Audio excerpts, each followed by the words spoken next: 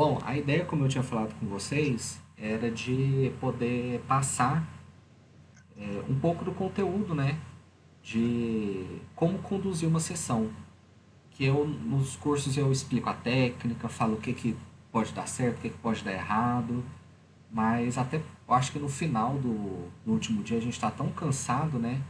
Que todo mundo quer meio que sair correndo e ir para casa descansar.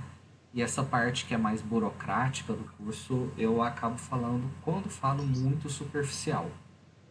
Então eu quero deixar explicado, né, a forma que eu uso para conduzir uma sessão de hipnose. Eu vou focar bastante na primeira sessão, porque a primeira sessão é onde a gente conquista o cliente nosso. Né? Na primeira sessão, onde a gente vai realmente conseguir segurar o cliente para fazer ele, tirar ele do interesse para ele poder fechar um contrato conosco. A minha primeira mudança em relação à primeira sessão de hipnose foi começar a cobrar. Normalmente, os psicólogos e terapeutas em geral fazem a primeira sessão gratuita ou com um valor bem baixinho. Fazer uma sessão de hipnose gratuita, eu nunca tive um bom resultado, porque normalmente as pessoas iam por curiosidade e como era uma mera curiosidade, não tinha um compromisso, a hipnose não acontecia. Né? Ela estava lá só para ver se ia funcionar. Quando eu comecei a cobrar, a pessoa pagava para funcionar. E a gente sabe que 70% do processo está na mão do cliente. Então a primeira Uhum. coisa que eu mudei foi começar a cobrar a sessão. Porque a primeira sessão de hipnose, ela, o, o grande foco nosso é rapport. A nossa primeira sessão de hipnose, a gente precisa focar completamente no rapport. A gente tem que seguir aquele passo a passo, né, que tem em todos os livros, cursos e apostilas de hipnose, que é fazer o pre-talk, fazer o rapport, construir a roupa do mago, tudo isso. Só que pre-talk e roupa do mago, eles são exatamente para construir e fortalecer o rapport.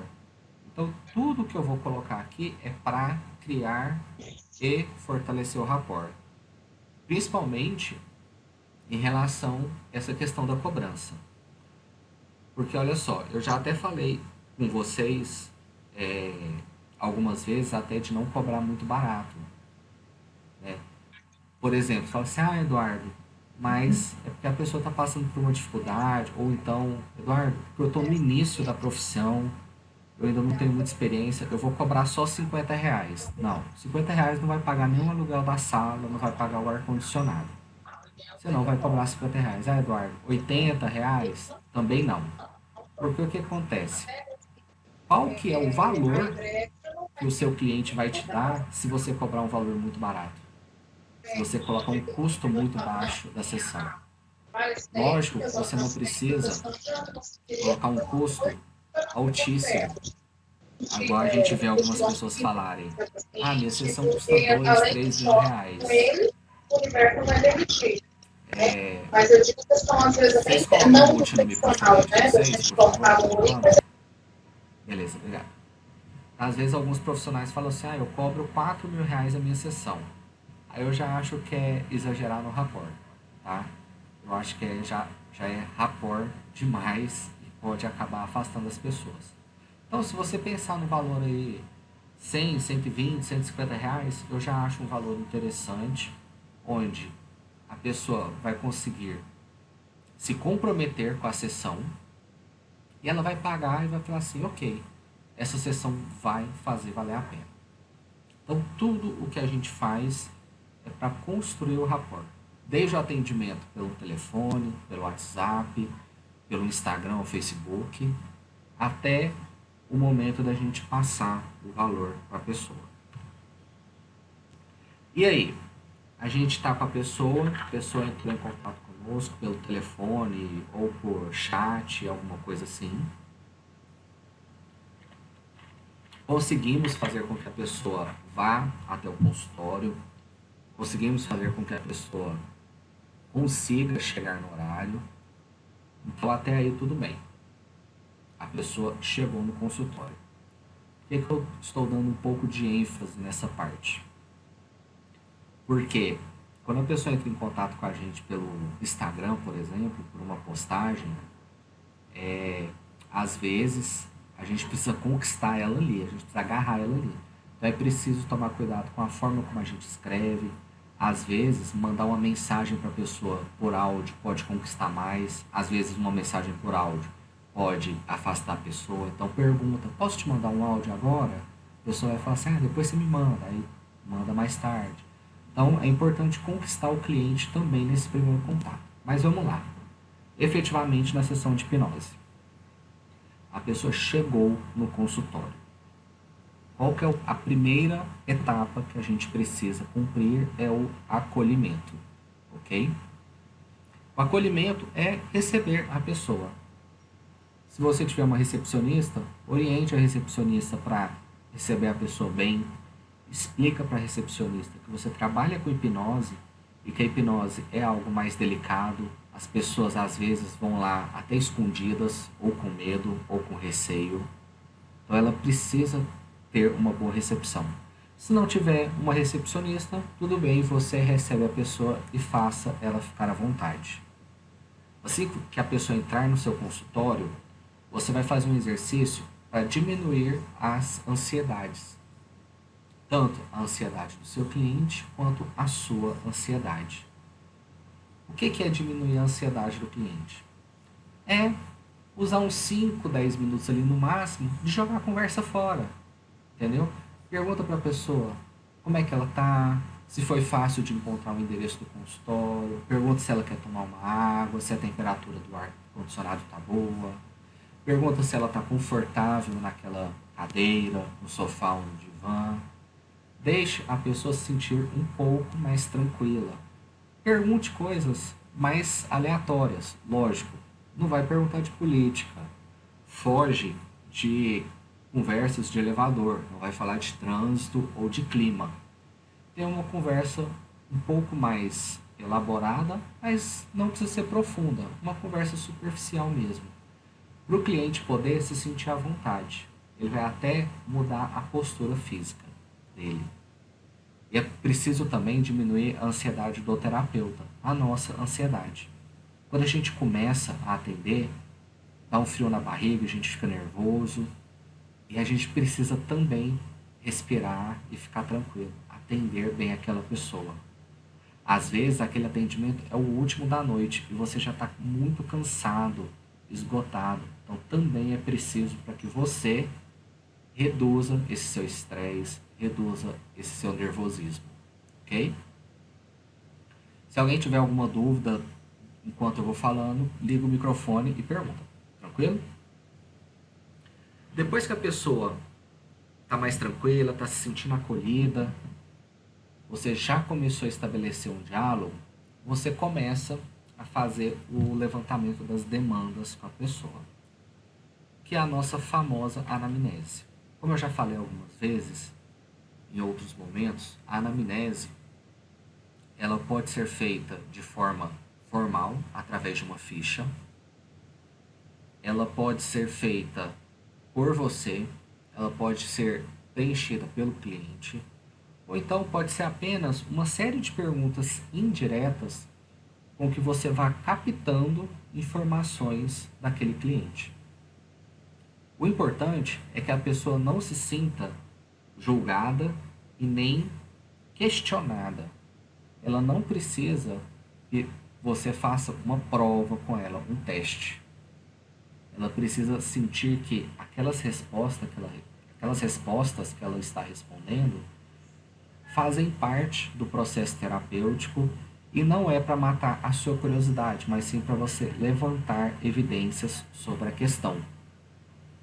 Durante a anamnese, é normal a gente perguntar coisas como está a sua vida sexual, como está a sua qualidade de sono, como é o seu relacionamento com o seu companheiro ou companheira, como é o seu relacionamento no trabalho, você se sente realizado. Perguntas assim. Só que é importante desenvolver um linguajar mais brando, que não seja muito técnico, principalmente para que faça com que a pessoa converse de forma mais natural. Como eu disse, a pessoa não pode ficar se sentindo julgada ou pressionada ou algo assim. E aí ela vai começar a relatar para a gente os sintomas que ela tem.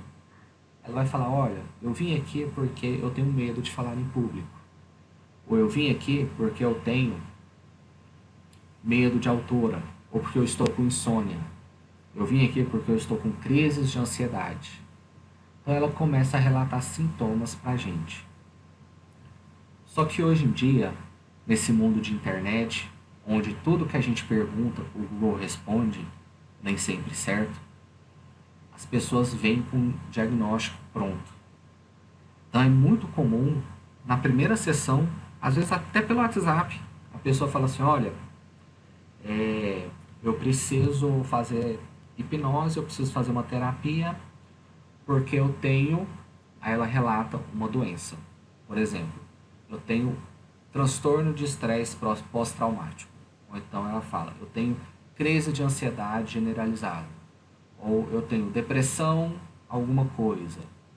Transtorno depressivo, crise de não sei o quê. Então ela começa a nos dar nomes de doença. Nesse momento a gente só faz a anotação, concorda, não vai questionar o diagnóstico nem nada. Só que é importante a gente pegar essa demanda e ressignificar a demanda da pessoa. Então o que é isso? Depois que a gente fez toda aquela conversa, e olha só, aqui a gente provavelmente já está batendo meia hora de sessão. Que a pessoa precisa falar bastante coisas. Então bateu mais ou menos meia hora, 40 minutos de sessão, a pessoa já colocou bastante coisa para fora, você já questionou algumas coisas, perguntou, entendeu? É o momento de explicar para a pessoa que o sintoma não é o problema. Então a pessoa chega assim, seguinte, doutor, eu vim aqui porque eu tenho um problema, eu tenho insônia. Não. A insônia não é um problema, a insônia é um sintoma. Eu vim aqui porque eu tenho um problema, eu tenho crise de ansiedade, eu tenho transtorno de ansiedade generalizada. Não, isso é um sintoma. Precisamos descobrir que problema é esse que está acontecendo com você que te leva a desenvolver esses sintomas. Essa parte é o que os terapeutas chamam de educação psicoemocional, que é explicar para a pessoa o significado das emoções, o significado da mente. É aqui que eu gosto que vocês estudem neurociência, porque é neste momento que vocês vão poder falar de sinapses, de reações, de luta e fuga, de temperamento, de comportamento. É nesse momento que a gente vai explicar para a pessoa de forma didática, como se fosse uma aula, o que ela está sentindo e como que ela deveria se sentir. E entender também o que é aquele sentimento. Assim como precisamos explicar para o nosso cliente, para o nosso paciente, o que é uma ansiedade que vem de um mecanismo de luta e fuga animal, a gente precisa entender também o que o paciente quer dizer com aquilo. Eu atendi um rapaz que ele veio até mim por conta de crise de ansiedade. Vou explicar rapidamente o caso dele.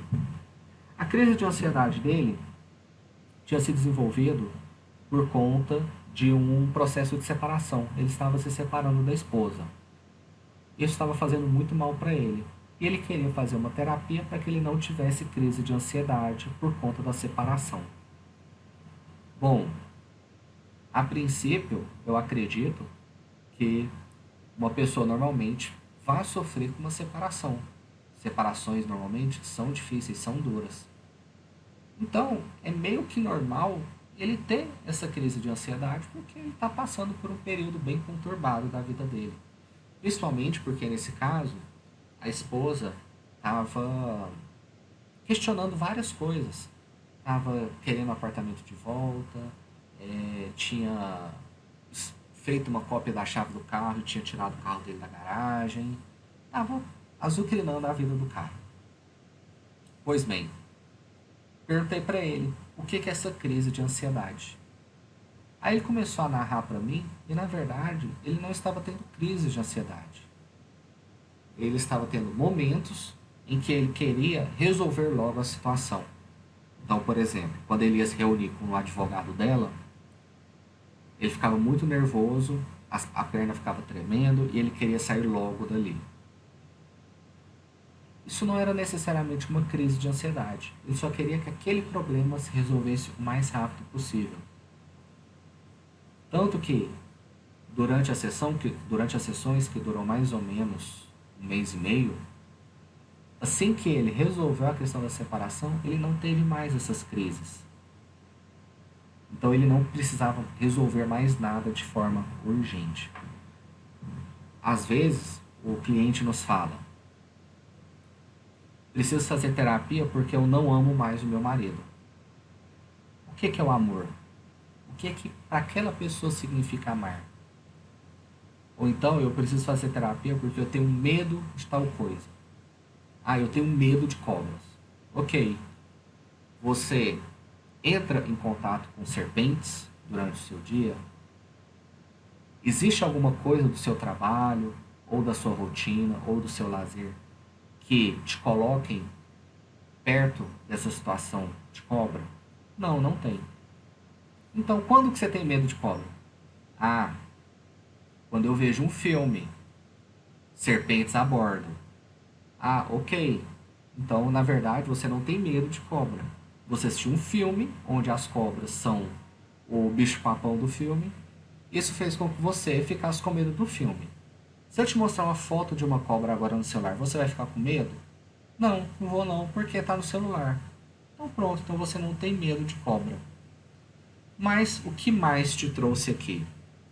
Você não veio até essa sessão só porque você tinha medo de cobra. Aí provavelmente a pessoa vai começar a desenrolar alguma outra questão.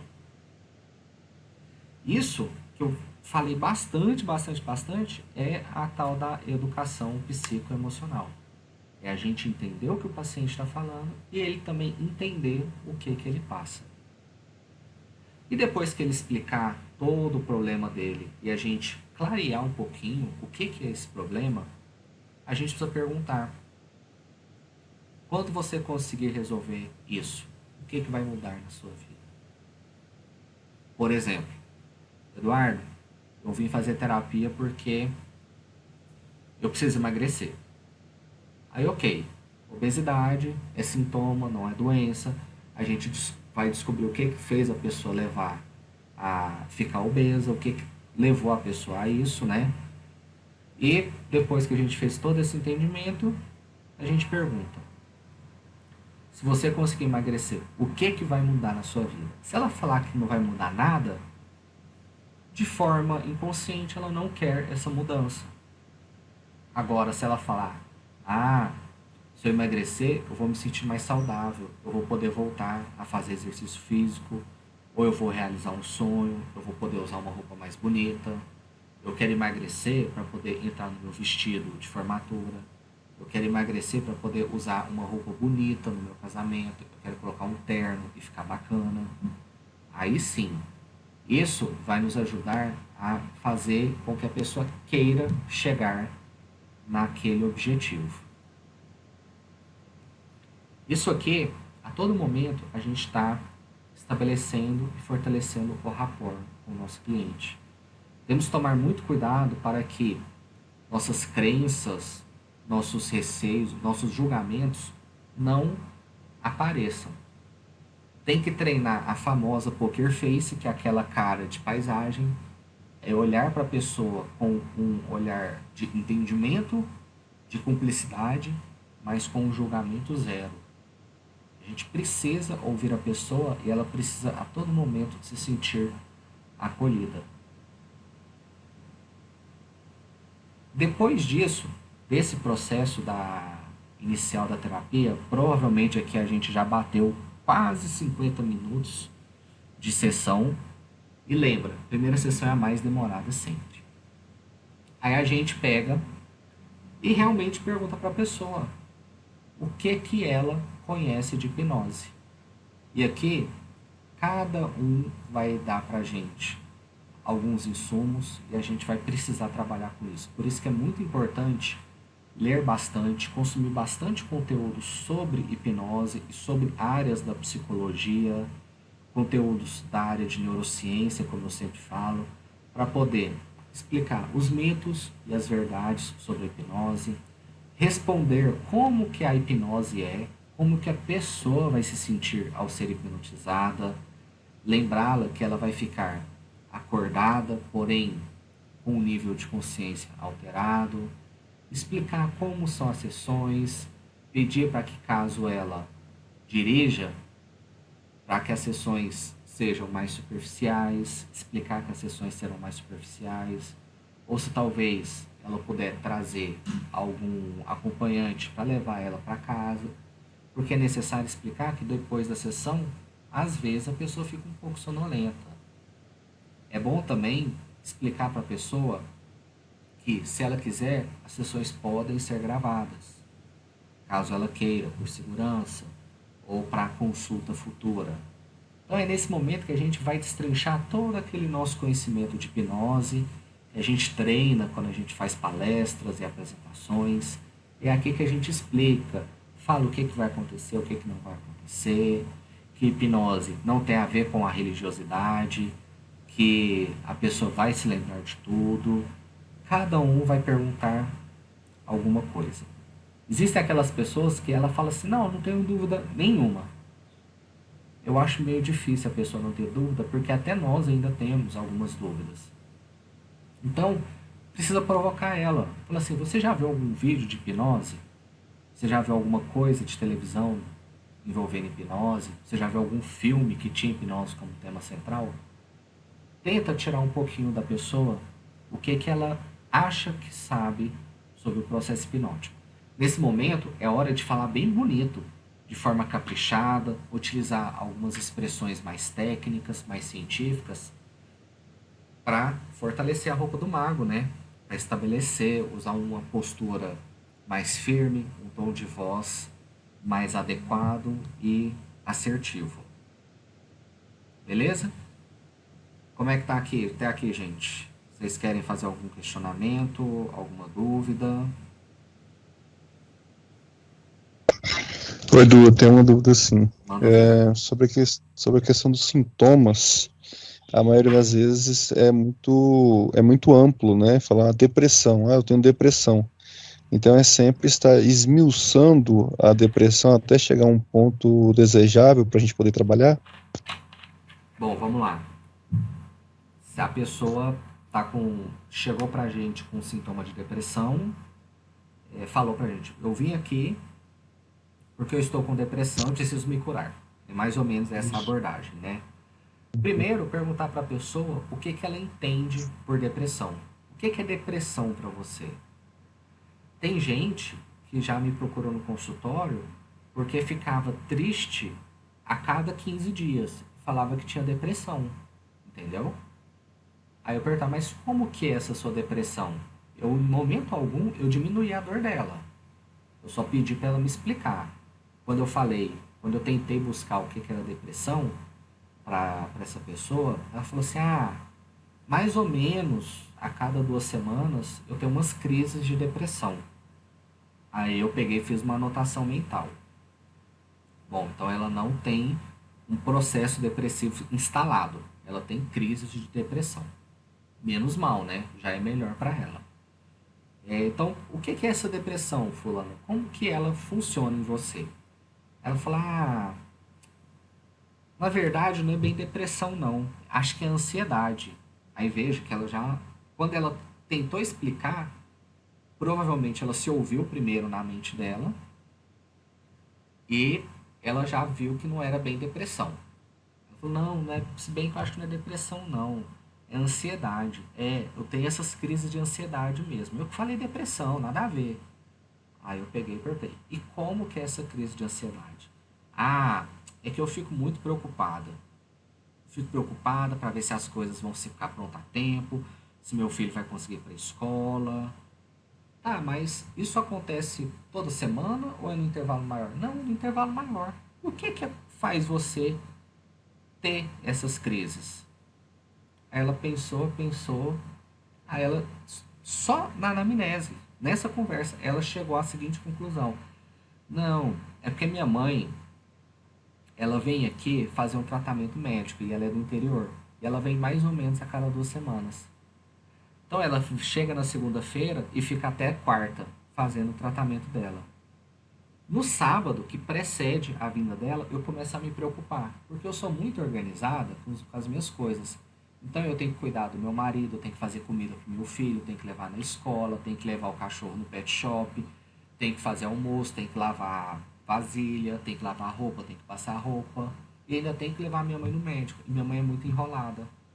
Então veja bem, a crise de ansiedade dela, na verdade, era uma preocupação para saber se, com a presença da mãe dela, ela ia conseguir cumprir a agenda. Então, não chegava a ser uma crise de ansiedade, era uma preocupação um pouco exagerada, que começava 2 dias antes. Então, a gente começou a trabalhar isso daí. É claro que, durante as sessões de hipnose, veio à tona um relacionamento delicado dela com os pais, que desencadeia essas crises que ela tinha e que fazia com que ela tivesse essa preocupação mais exagerada. E a mãe dela também fazia de propósito os atrasos só para dar uma bagunçada na vida da filha. Então, essa preocupação, essa ansiedade já é o diagnóstico prévio, né? É isso na verdade. Não, o diagnóstico prévio dela foi depressão. Ela chegou e Então, falou: Eu tenho depressão. não é o Aí sintoma no, do. é o diagnóstico prévio dela. Pra gente é sintoma. Ah, tá, tá. Aham, Entendeu? entendi. A Sim, senhor. pessoa vem com um diagnóstico errado. Entendeu? Uhum, entendi, sim. Beleza. Mais alguma dúvida por enquanto? Bacana. Tranquilo. Vamos pro próximo.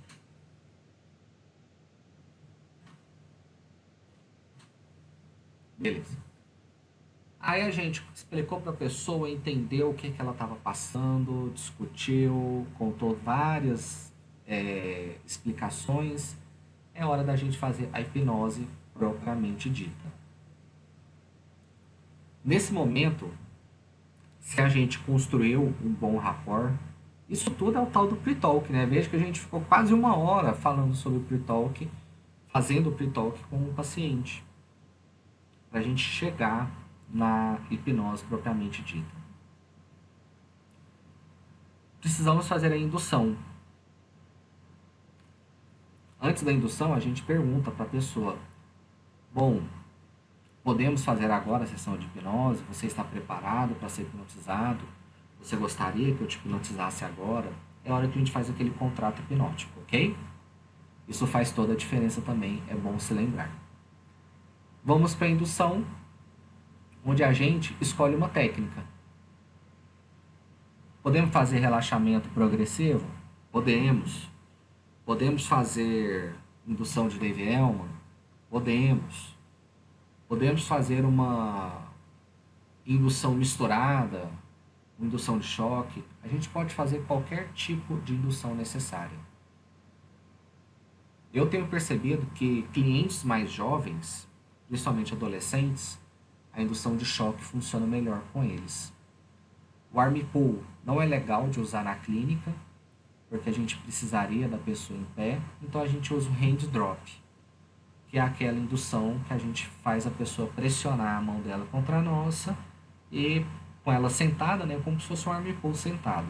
Então o hand drop funciona muito bem com pessoas mais jovens, principalmente adolescentes. Pessoas mais velhas, a gente usa Dave Elman mesmo, ou um relaxamento progressivo. E aí vai de cada um, de cada pessoa. Eu acho legal poder variar, até porque com uma pessoa pode funcionar uma indução, com outra não.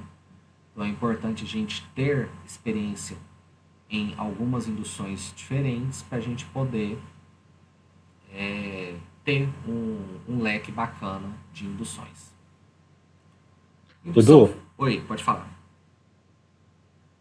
É, essas induções de choque, eu sempre tento fazer nos meus clientes aqui, Uhum. e 99,9% não funciona. A pessoa Bom, já entrou em transe, eu sempre faço o relaxamento progressivo, então Dave Elman, já entrou, faço signo sinal com eles e tudo mais, mas eu tento fazer a indução de choque e não entra. tá. Vamos lá. Para a hipnose funcionar, precisa de contexto, certo? Aham. E o contexto envolve o ambiente clínico.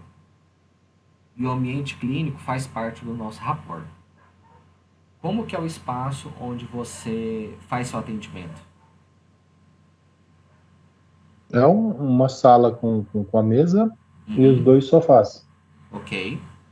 E é um espaço de terapia psicológica ou terapia física? A princípio.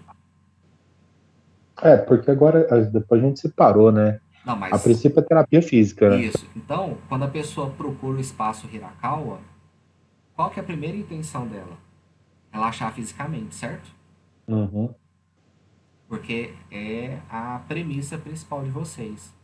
Então ela chega lá, na cabeça dela, ela vai deitar ou ficar muito confortável e você vai aplicar alguma técnica nela que vai fazer com que ela relaxe bastante, entendeu? Uhum. Então, a premissa sua é relaxamento. Então, para você, o que vai funcionar mesmo é o relaxamento progressivo. Se Ah, tá, você entendi. tivesse em algum outro local dissociado da sua figura de terapeuta físico, né? A indução de choque iria funcionar sim, Tá. Não, então tá? isso é coisa minha. Sim, faz parte do seu contexto, do seu espaço, Tá, tá, tá? beleza. Mas sempre que possível, pratique indução de choque em outras pessoas fora do ambiente, ok? Uhum. Street hipnose. Tá. Com a pessoa em transe, a gente faz o aprofundamento. E aqui eu deixei essa parte destacada porque eu já vi terapeutas experientíssimos, os bicho velho, fazer aprofundamento com mergulhar. Imagine agora você está mergulhando bem profundo. Quanto mais eu conto, mais fundo você vai nessa água. Gente, e se a pessoa não gosta de mergulhar? E se ela tem pavor de água? E se ela sofreu um afogamento? Você vai ter uma abreação no aprofundamento logo, entendeu?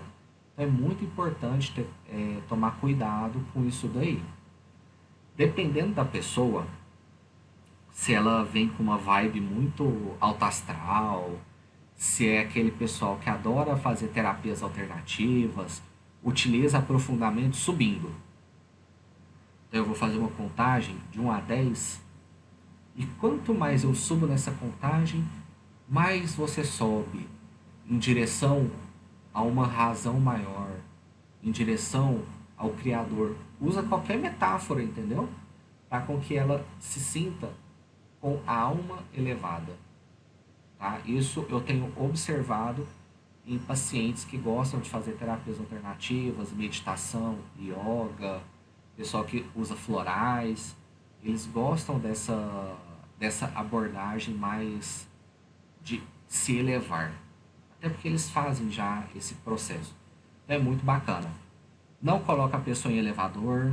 Às vezes a pessoa tem fobia de local fechado.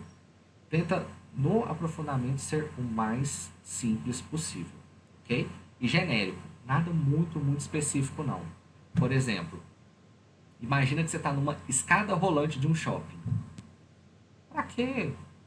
Fala que a pessoa está descendo uma escada ou descendo uma rampa e deixa a mente dela trabalhar com o restante.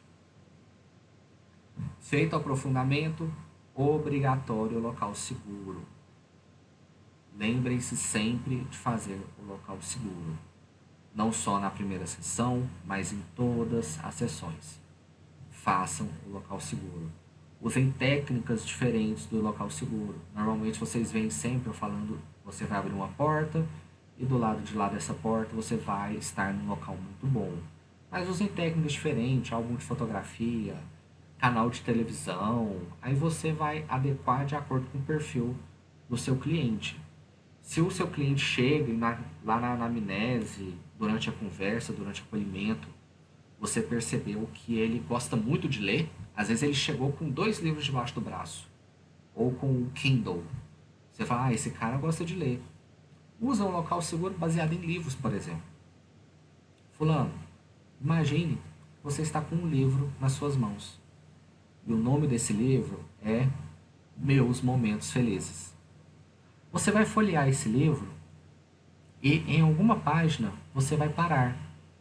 Quando eu pedir, você para em uma página específica. E essa página vai descrever um momento muito feliz da sua vida. Pronto.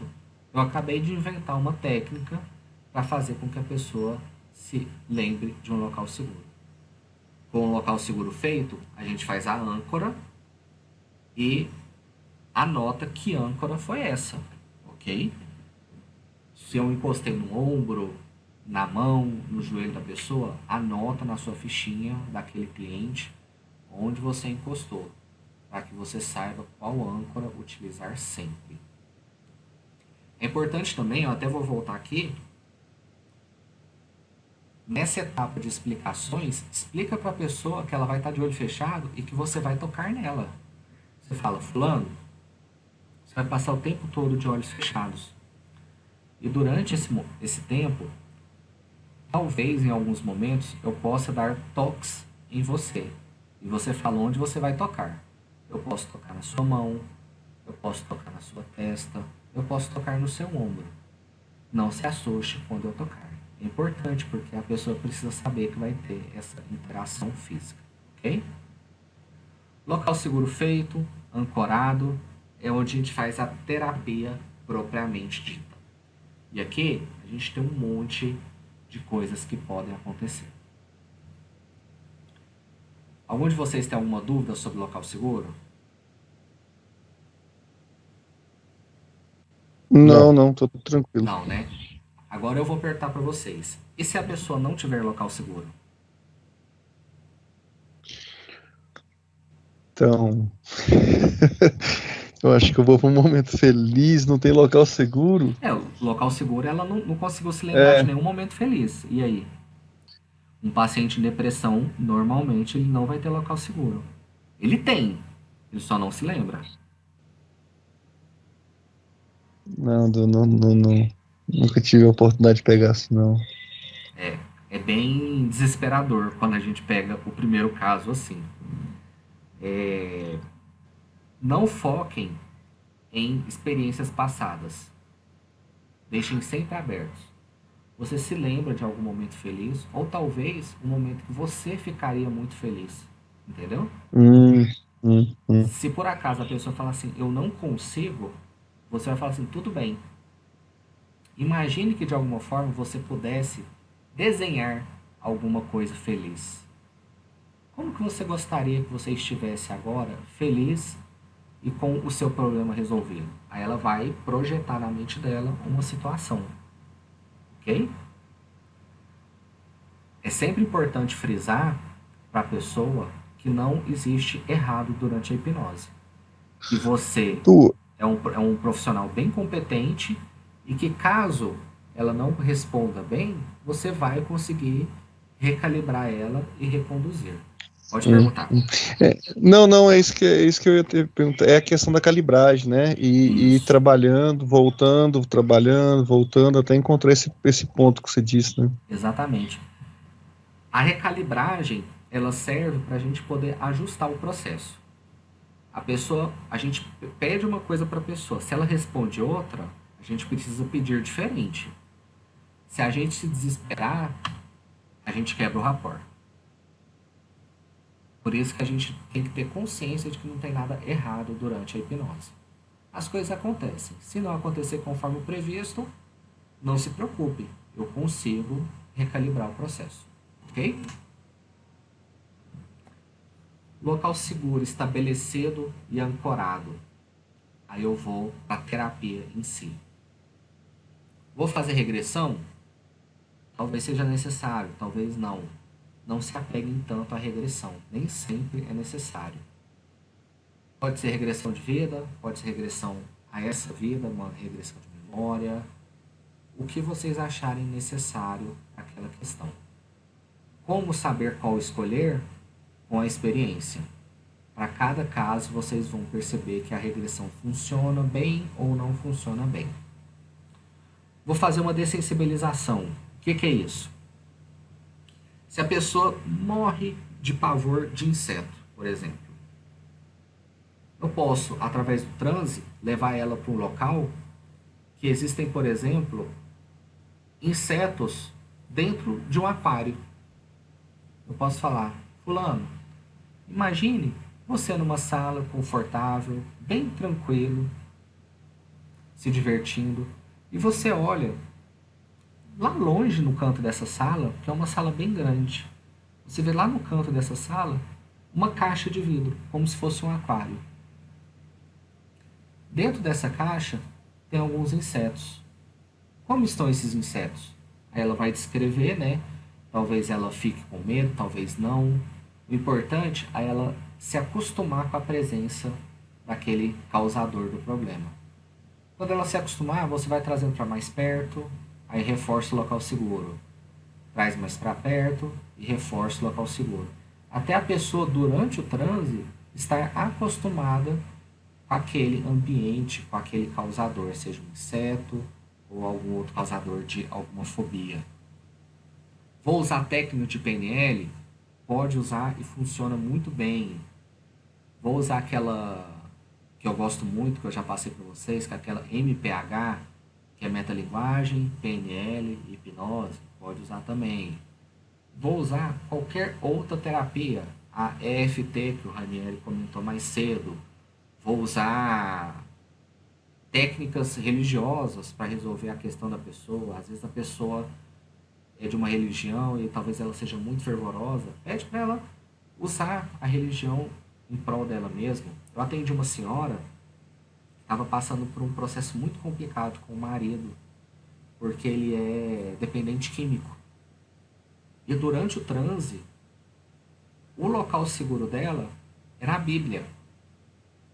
Então ela já tinha uma própria âncora física de local seguro, que era a Bíblia. E durante o processo terapêutico, o que eu fiz? Uma dessensibilização, eu ia colocando ela vendo o marido tendo uma crise por conta do vício em cocaína, e ela, junto com a Bíblia dela, recitando para ela mesma um determinado salmo que ela gostasse. Isso fez com que ela passasse a conviver melhor com o marido, tendo esse apego religioso. Então eu usei a própria religião da pessoa em prol do processo terapêutico dela. Também é uma técnica de terapia. Então aqui a gente pode usar diversas coisas. Lembrando que durante a hipnose o que acontece é real. Então a gente precisa ter um zelo, um cuidado com isso daí. Para quem trabalha com outros tipos de terapia, pode fazer uma misturada também. Durante o transe, pode potencializar aquela outra técnica que você utilizou, ou já deixar um gatilho pré-instalado. Para quem trabalha como fisioterapeuta, por exemplo, você pode colocar que durante o transe foi uma sugestão que o paciente vai se sentir muito bem e vai se livrar das dores quando o fisioterapeuta fizer determinada ação. Então dá pra gente improvisar bastante nesse momento, ok?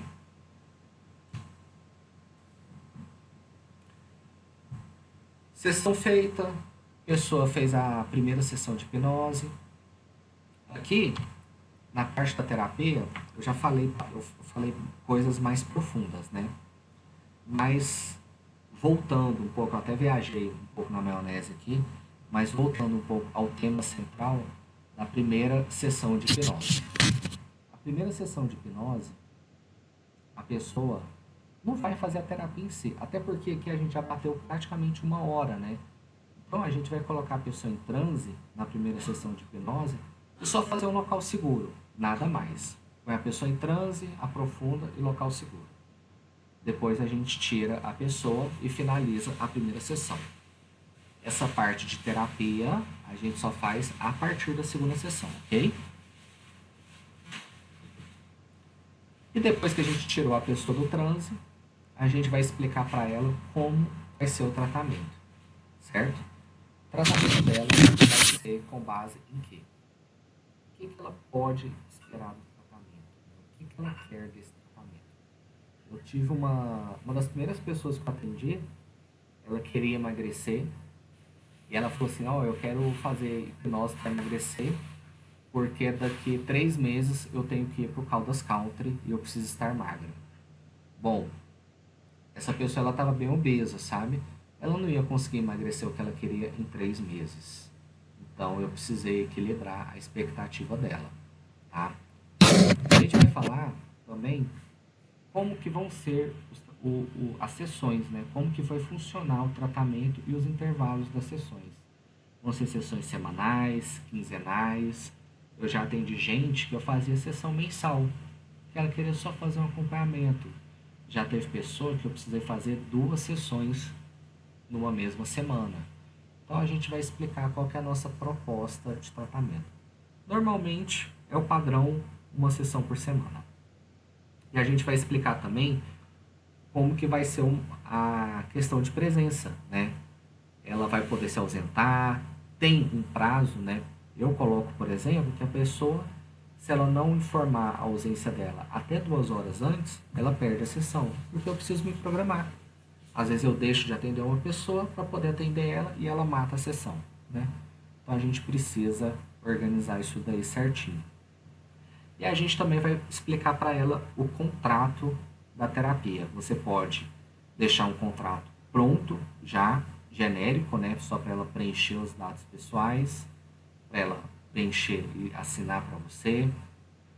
Você vai explicar quais são os valores da sua sessão, quais as formas de pagamento. E é interessante fazer essa formalização com o contrato para ela poder se comprometer mais ainda durante o processo. Aqui a gente já vai bater mais ou menos 1h30 de sessão. Então, na primeira sessão vocês podem reservar tranquilamente 1h30 para tirar todas essas dúvidas da pessoa. Eu recomendo vocês terem também um equilíbrio de valor. Já aconteceu algumas vezes de eu cobrar diferente das pessoas. Às vezes chegava uma pessoa lá, eu cobrava R$200. Aí depois chegava outra pessoa, eu achava que ela não tinha condição de pagar, eu cobrava 150. E se por algum motivo essas pessoas se conversarem? Sei lá, Goiânia tem poucas pessoas, né? A gente nunca sabe como é que vai funcionar. Então é importante você colocar uma tabela pro seu tratamento, né, para suas sessões, e já programar também um desconto. Por exemplo, olha, minhas sessões têm um valor de R$200. Essa primeira sessão você pagou R$150, mas as demais sessões têm um valor de R$200. Caso você queira pagar em dinheiro ou pagar todo o tratamento à vista, eu faço o valor da sessão por R$180, um desconto. Então você consegue dar uma flexibilizada, mas não fuja muito desse escopo de valor. Tenta ficar um pouco engessado, porque senão vai ficar uma bagunça, você vai começar a cobrar errado das pessoas, uma pessoa vai te indicar e vai falar assim, consulta com o Eduardo, a sessão dele é 150, a outra pessoa, nossa, mas ele cobrou de 1.200. Então é importante ter esse equilíbrio aí, ok? Vocês têm alguma dúvida nessa parte mais burocrática do tratamento, como informar para o cliente? Não. Você me passou alguns modelos, ficou bem fácil nas minhas sessões. Nossa, foi bem bacana mesmo. Dá uma ajuda mesmo, né? Uhum.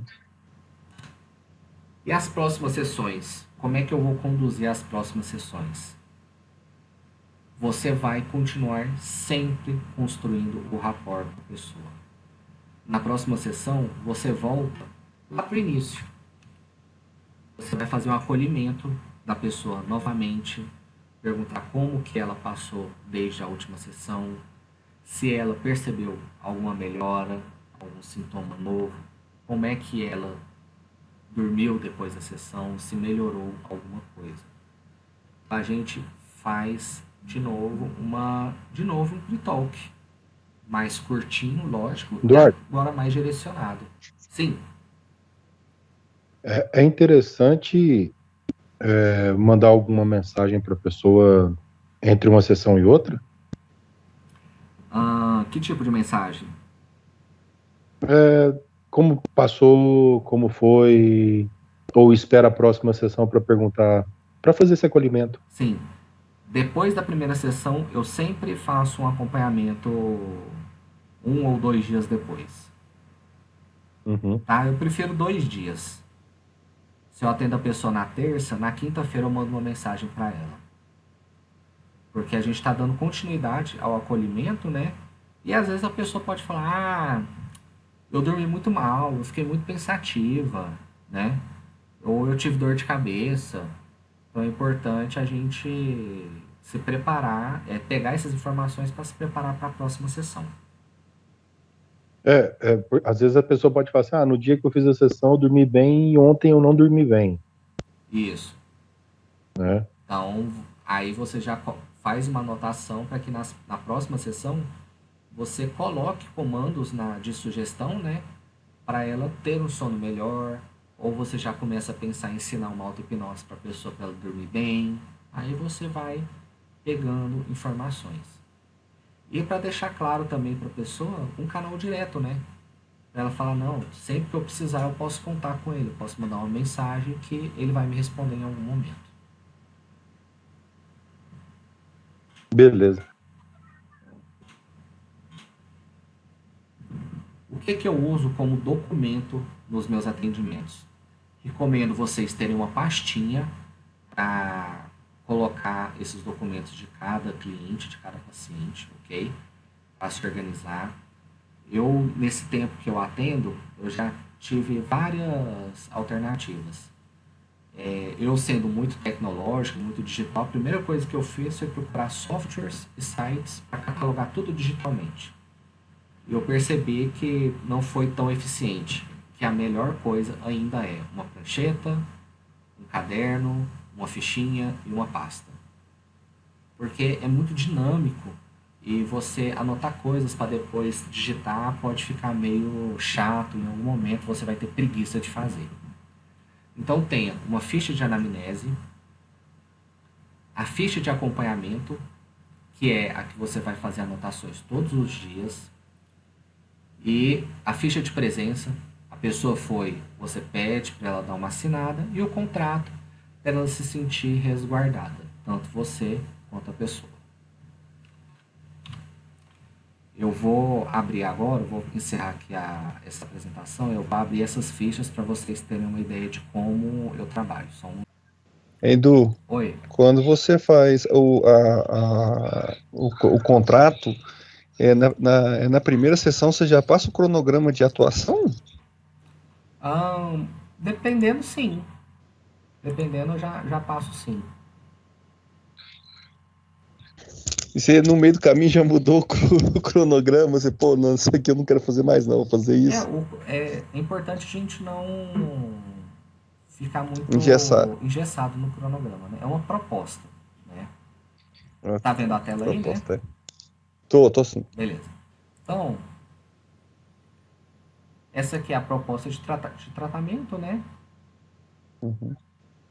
Onde eu coloco aqui para a pessoa. Essa mesmo não dá para eu entregar no mesmo dia, né? Porque ela vai ser Essa daí, personalizada.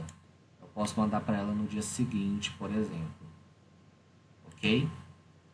Uhum. Essa aqui é a ficha de acompanhamento, né? Onde eu Uhum. coloco uma quantidade de sessões e vou ticando aqui. Tem a de presença, Ficha de presença. Tem a data e a pessoa vai dando um visto. Se por acaso tiver remarcações, eu anoto aqui também, entendeu? Uhum. Eu também utilizo isso daqui para remarcações. E aqui é a ficha de anamnese que eu uso. Ah, que bacana. Essa é nova, essa eu não Essa é conhecia, nova. não. Essa é nova. Eu fiz alguns atendimentos online por conta do isolamento social que a gente está passando, né? E o Uhum. que que eu fiz? Eu transformei essa lista, essa ficha, num formulário do Google. Então eu passo o endereço do Forms do Google para a pessoa e a pessoa preenche ela mesma, né? Então também ajuda bastante.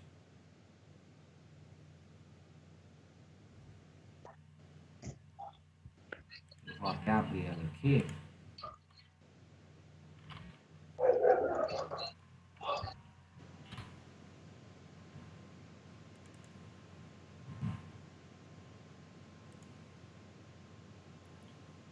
Deixa eu abrir aqui no modelo de que a pessoa vê.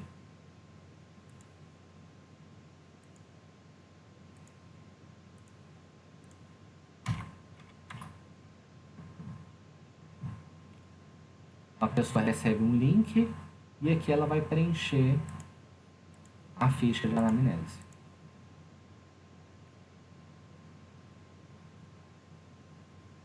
É bem útil também. Também funciona muito com pessoas mais jovens. O pessoal gosta de responder, já deixar tudo pronto, sabe? Se vocês quiserem, vocês podem enviar essa ficha para a pessoa já no dia da primeira sessão, sabe? Antes de ter a primeira sessão, você fala: ah, fulano, tá confirmado hoje a sua sessão às 16 horas, por exemplo? Tá, então, para adiantar o nosso processo, já preenche essa planilha aqui com os dados seus que vai ajudar no processo da terapia. Então, você já ganha aí alguns minutos. Ok? Aí faz a anamnésia, aquela intuitiva que você falou, né? Você faz essa padrãozinha e aquela que você vai anotando, que vai esmiuçando, que vai perguntando, né? Isso mesmo. Uhum. Exatamente. Aí, inclusive, essas fichas de anamnese que eu tenho preenchidas, elas são todas rabiscadas por mim depois, né? Que a pessoa vai falando e eu vou rabiscando em cima, fazendo algum comentário, alguma observação que eu ache interessante. Adu, você já vai com essa ficha já imprimida? Já sim. Eu tenho na minha Ah, pastinha de clientes, eu sempre deixo umas 5 já impressas. Porque aí a pessoa tá lá, eu já tô com ela na mão e já vou preenchendo. entendi, entendi. Isso daí vai de acordo com cada terapeuta, sabe? Se você vê necessidade de ter algo mais engessado, sabe? Uhum. Você faz, né? Você deixa ele engessadinho mesmo. Se você é um bicho solto, né? Você gosta das coisas mais livres, aí você anota num papel e vai anotando do seu jeito. Eu te digo com certeza que a primeira forma que você usar, você vai mudar em poucos meses. O primeiro jeito que você usar na sua primeira sessão, na segunda primeira sessão vai ser de um jeito diferente. Daqui a um ano você vai estar aprimorado, talvez você mude a técnica. É importante você também não ficar engessado numa coisa só.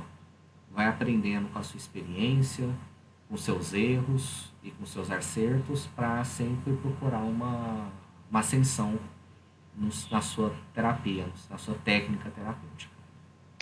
Então, agora tem uma pergunta que acho que é o momento que Ah, você sempre nos ensinou nos cursos sobre a questão do online, né? Sim. E a gente está passando por um momento agora onde a gente está trabalhando muito a questão do online. Aham. Como é que fica agora o nosso tratamento via online? Tem que, porque a gente nem todos os clientes são online, a gente vai ter o contato, né?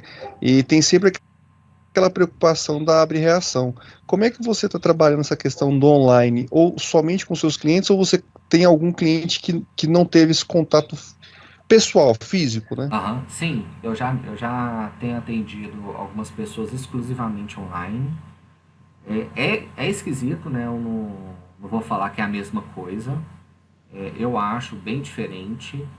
Ahn, o que a gente tem que ter de principal é uma boa conexão, né? Eu ainda gosto muito de olhar para a pessoa, porque eu acho que a gente tem informações boas fisiológicas. Então eu já peço uma boa conexão e uma boa iluminação. Aí a boa iluminação já é meio canseira. Então eu tenho preferido fazer essas sessões durante o dia, porque a gente tem a luz do sol que ajuda, né? A claridade natural do sol. A pessoa tem que ter um microfone bom, então às vezes a pessoa fala bem baixinho e a voz dela começa a sumir e você não sabe o que ela está falando. São dificuldades inerentes da tecnologia mesmo, né? Mas a gente consegue contornar, dá seu jeito. Sobre a questão de abreação, tem que lembrar que nem sempre é necessário fazer a pessoa ter uma abreação, né? Agora, caso ela tenha uma abreação espontânea, aí você vai ter que usar o seu comando de voz para tirar ela da aberração, né? Nunca aconteceu comigo. O que já aconteceu comigo foi da conexão cair. A conexão da pessoa caiu e a hipnose parou no meio, né? A sessão parou no meio. Eu já tinha deixado explicado que, se por algum motivo ela parasse de ouvir minha voz, que ela iria dormir, iria descansar e em alguns minutos ela iria despertar. Então eu já deixei um pré-comando ali embutido. E, e é isso. Eu prefiro fazer do que não fazer, entendeu? E aprender. Cada sessão online é uma experiência nova, um aprendizado novo. E segue o mesmo circuito que você ensinou hoje, né? Mesma Mesmo coisa, processo. mesma coisa. Só que aí você Uhum. muda, né? Por exemplo, se você for fazer indução por Dave Elman, não tem como você pegar no braço da pessoa e pedir para ela imaginar um braço bem molhado, né? Bem pesado, como se fosse um pano Hum, molhado. Você vai ter que pular essa etapa, né? Então, para ficar melhor nisso, nessa questão de terapia online, eu recomendo ver o máximo possível de vídeos de auto-hipnose, porque todos eles têm indução por relaxamento progressivo. Então é uhum. só copiar mesmo. Pegar uma que você gostou e fazer do seu jeito.